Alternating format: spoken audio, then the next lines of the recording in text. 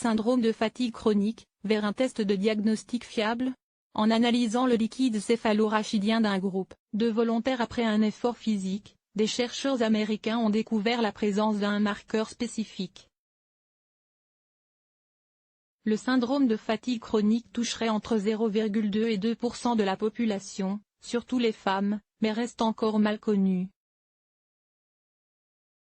Les personnes qui en souffrent sont épuisées pendant de longs mois, voire des années, avant de recevoir un diagnostic. Résultat, la maladie isole la personne affectée, et peut créer des dépendances médicamenteuses. Pour le moment, aucun test biologique n'est capable de déceler la maladie. Les chercheurs travaillent pour essayer d'y remédier. C'est ainsi qu'une équipe a réussi à identifier un marqueur spécifique dans le liquide céphalorachidien des malades.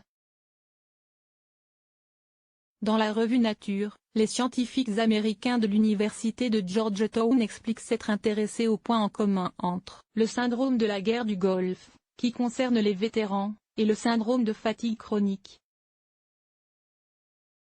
Les deux maladies sont caractérisées par des symptômes similaires, problèmes cardiaques, confusion mentale, problèmes digestifs, douleurs musculaires, fatigue extrême, douleurs généralisées après une activité sportive.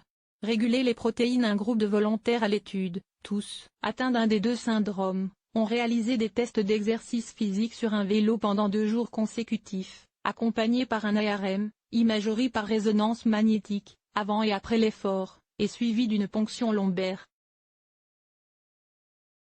Le but de l'exercice était de provoquer une tachycardie.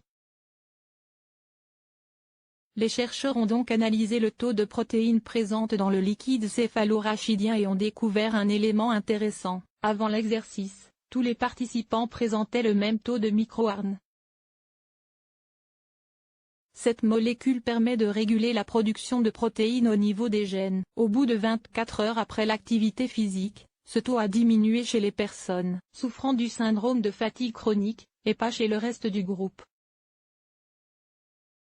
Ceux atteints du syndrome de la guerre du Golfe ont souffert de tachycardie pendant quelques jours. Cette découverte pourrait aboutir à la réalisation d'un test fiable pour mieux diagnostiquer et mieux comprendre ce type de maladie.